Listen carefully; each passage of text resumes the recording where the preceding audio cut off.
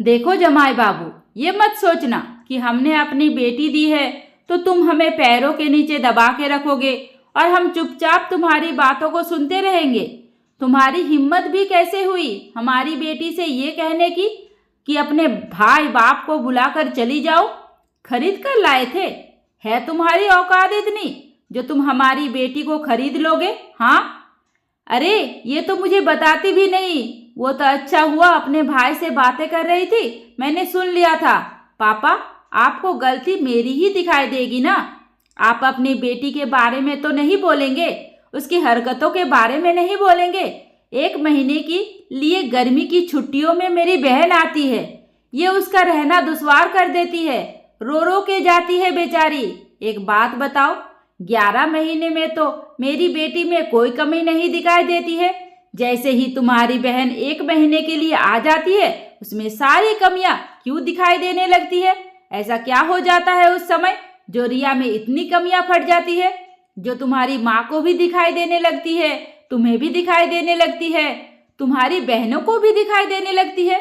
इससे पहले ना तुम्हारी माँ से कोई शिकायत मिलती है ना तुमसे शिकायत मिलती है, तुम भी बड़े खुश रहते हो। सीधी सी बात है ना पापा, इसे मेरी बहन ही पसंद नहीं है। जब भी मेरी बहनें आ जाती है ये अपना नाटक शुरू कर देती है। अच्छा, कौन सा नाटक शुरू कर दिया इसने, जरा बताना तो। आप खुद ही पूछ लो ना पापा, मैं बताऊं? इससे अच्छा है रिया अपने मुंह से बता दे। ये ढंग से मेरी बहनों से बात भी नहीं करती है। तभी रिया बोल पड़ी, पापा बात तो तब करूंगी ना जब बात करने के लिए कोई मेरे पास रहे। सुबह ये लोग 8 बजे सोकर उठेंगे, तब तक मैं इन लोगों का चाय बनाकर तैयार रखती हूँ। चाय पीने के बाद तुरंत सब लोग बाहर निकल जाते हैं। बाहर गार्डन में जाकर चेयर लगाकर 2-2 घंटे 3-3 घंटे ये लोग मीटिंग करते हैं। मैं घर में अकेली रहती हूँ, खाना बनाती, घर की सफाई करती। फिर ये लोग 12 बजे उठकर आएंगे, नहाकर खाना खाकर दोबारा से दीदी के कमरे में जाकर घुस जाती है और वहीं पर 4 बजे तक बैठकर उनकी बातें होती रहती है।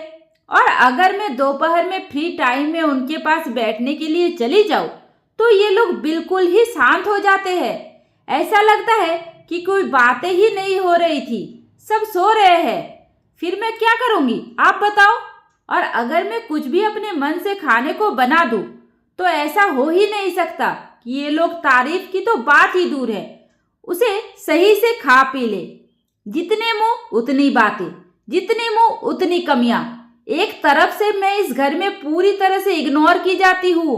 वही माँ जी है, ये बहुत अच्छे से बातें करती है, जो कहती मैं बनाती हूँ, जो कहती है मैं करती हूँ। फिर जाने इन्हें दीदी को देखकर क्या हो जाता है।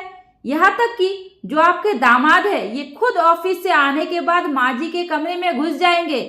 मतलब पूरा परिवार इकट्ठा होकर बातें करता है।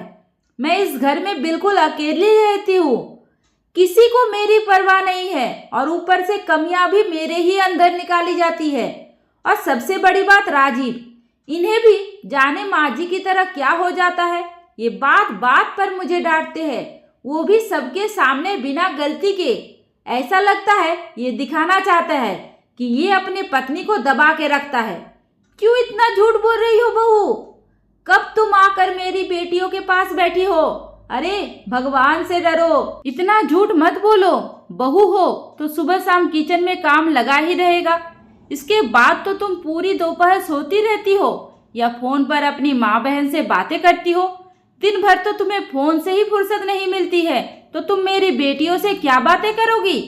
रिया के पापा लगातार सबकी बातें सुनते जा रहे थे। तभी रिया ने कहा, पापा अब आप ही सुन लो कि मैं माँ से कितनी बातें करती हूँ। दिन में अगर मैं 5 से 10 मिनट के लिए मम्मी से बातें कर लेती हूँ तो इन लोगों को परेशानी होती है और सबसे ज्यादा चिढ़ तो इन्हें दीदी से होती है। माँ जी को दीदी से पता नहीं क्या चिढ़ है, जब भी उनका फोन आता है ये फोन में ही इतना चिल्लाने लगती है, वो बेचारी डर के मारे फोन ही काट देती है। माँ जी का कहना है कि मुझे बिगाड़ने वाली और ये घर बर्बाद करने वाली मेरी माँ और बहन है, मेरे मायके के लोग हैं। अब बताओ मैं किस तरह से रहूं? तभी ननद पूजा भी राजीव से बोल पड़ती है, भैया जाने दो, शांत हो जाओ। अगर मेरी वजह से भाभी को दिक्कत है और इस घर में लड़ाई की वजह मैं ही हूँ तो मैं 2-3 दिन में ही चली जाऊंगी और अगली बार से आऊंगी ही नहीं। 1-2 दिन बाद माँ से मिलकर चली जाया करूंगी, लेकिन प्लीज आप लोग लड़ाई झगड़ा मत करो। देखिए पापा, देखिए मेरी बहन को, बेचारी ससुराल से आई है और किसी दिन ऐसा नहीं जाता जिस दिन ये रोए ना। यही इज्जत है उसकी। देखिए पापा जी, अब और कुछ बाकी है आपको देखने के लिए? आज तो सब कुछ आपके सामने हो ही गया ना। माँ और बहन को रोता देख बोल पड़ा राजीव। जमाई बाबूजी, देख लिया, सब कुछ देख लिया, सुन भी लिया और समझ भी लिया। एक बात बताओ पूजा बिटिया, सही सही बताना, क्या तुम फोन पर अपनी माँ से बातें नहीं करती हो जब ससुराल में रहती हो? तो क्यों नहीं बात करेगी समधी जी? ये कौन सी पूछने वाली बात है? लेकिन उतना नहीं करती जितनी आपकी बेटी करती है। अच्छा, मतलब फिर आप भी अपनी बेटी का घर बिगाड़ती होगी। चुप हो गई थी रिया की सास, कुछ बोल ही नहीं पाई। अब वो इसका क्या ही जवाब दे। फिर रिया के पापा ने कहा, मेरी बेटी ज्यादा बातें करती है और मेरी बेटी में ही ज्यादा कमियां भी हैं, और ये सारी कमियां भी बस इसी 1 महीने की छुट्टी में दिखाई देती है। बाकी 11 महीने तो बड़े ही चैन से निकल जाते हैं आप लोगों के। तो एक काम ही करता हूँ, ज्यादा बात को ना बढ़ाते हुए अपने साथ रिया को लेकर ही जाता हूँ।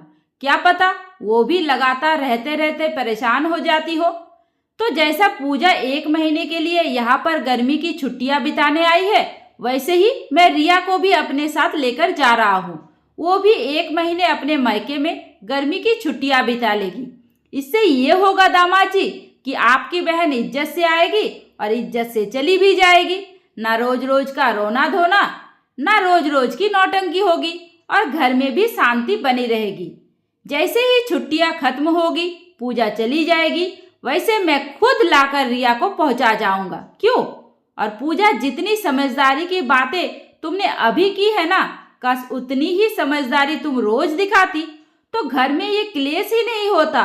अरे तुम लोग खुद सोचो ना, आखिर क्यों 1 महीने के लिए घर में इतना क्लेश होता है, बाकी 11 महीने कुछ नहीं होता है? क्यों? वही सास है, वही बहू है, वही बेटा भी है, लेकिन शांति वही नहीं है। क्यों? अब बताएंगे दामाद जी क्यों ऐसा होता है। देखिए पापा, जहाँ 4 बर्तन होते हैं वह आवाज तो होती ही है। अगर दीदी है, उसे रिया की कोई चीज अच्छी नहीं लगी, कोई हरकत अच्छी नहीं लगी, तो उसने कह दिया तो शांत हो जाती, सुन लेती। 2-4 दिन की तो बात होती है, फिर चली जाती। फालतू में बवाल करने की क्या जरूरत होती है? सारा बवाल तो रिया ही करती है ना, मैं नहीं करती। पापा, मैं कुछ भी नहीं करती, बल्कि अपनी बहन की बातें सुन तुम आपे से बाहर हो जाते हो। तुम मुझे उल्टी सीधी बातें बोलते हो, ताने देते हो, बात बात पर चढ़ के सबके सामने, पूरे परिवार के सामने मेरे मायके वालों को गालियां देते हो। बार बार मुझसे कहते हो कि अपने भाई बाप को बुलाकर चली जाओ। नहीं जरूरत है हमें तुम्हारी। अपनी बहन की बातें सुन सुनकर बवाल आप करते हो मेरे साथ। देखो रिया, मैं हरदम ऐसा नहीं करता। हाँ, जब बहुत ज्यादा गुस्से में होता हूँ तब मैं कभी कभी कह देता हूँ। क्यों कहते हो दामाद जी, क्यों कहते हो? देखो जमाई बाबू, ये मत सोचना कि हमने अपनी बेटी दी है तो तुम हमें पैरों के नीचे दबा के रखोगे और हम चुपचाप तुम्हारी बातों को सुनते रहेंगे। तुम्हारी हिम्मत भी कैसे हुई हमारी बेटी से ये कहने की अपने भाई बाप को बुलाकर चली जाना? हाँ, खरीद के लाए थे, है तुम्हारी औकात इतनी? देखो, हमें और भाई बाप की तरह मत समझना जो अपनी बेटी को ससुराल में उसकी हाल में छोड़ देंगे, पारिवारिक मैटर समझकर छोड़ देंगे। अगर मेरी बेटी को एक भी खरोच आई तो मैं पूरे परिवार को छठी का दूध पिला दूंगा। बिल्कुल मत सोचना कि लड़की वाला हूं तो झुकूंगा। अगर मेरी बेटी गलत रहेगी तो 1000 बार झुकूंगा, और जहां मेरी बेटी गलत नहीं है और उसके ऊपर थोड़ा भी अत्याचार हुआ तो फिर मुझसे बुरा कोई नहीं होगा। दामादों का भी एक दायरा होता है, इसलिए अपने दायरे में ही रहो। अगर दायरे से बाहर आने की कोशिश करोगे तो हमें भी समझाने में ज़्यादा टाइम नहीं लगेगा। रिया के पापा का गुस्सा देख सच में राजीव डर गया था।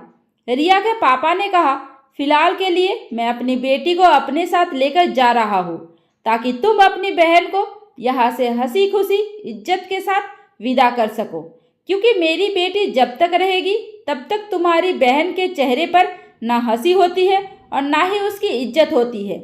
इसलिए बेहतर है कि जब तुम्हारी बहन मायके आएगी तब मेरी बेटी भी अपने मायके ही चली जाएगी, और ये तब तक होगा जब तक तुम लोग अपने में कोई भी सुधार नहीं लाओगे और मेरी बेटी में कमियां निकालना बंद नहीं करोगे।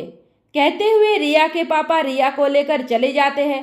राजीव खड़े खड़े देखता ही रह जाता है, क्योंकि रिया के पापा का गुस्सा देख उसकी हिम्मत ही नहीं हुई कुछ बोलने की। राजीव को तो बिल्कुल ही एहसास भी नहीं था कि इतनी छोटी सी बात का इतना बड़ा बतंगड़ बन जाएगा।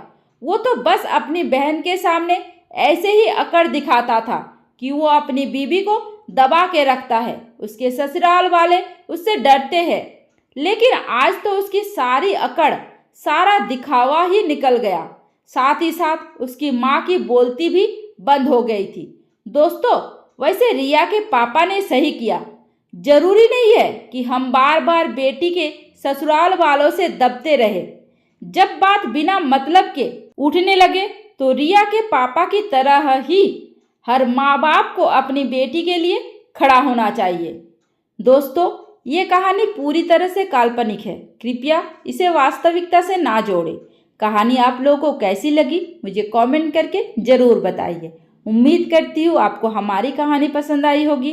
कहानी पसंद आई है तो वीडियो को लाइक करें, चैनल पर नए हैं तो चैनल को सब्सक्राइब करें, और हाँ, नोटिफिकेशन बिल को ज़रूर दबाइए ताकि अगली अपडेट सबसे पहले आपको मिले। धन्यवाद।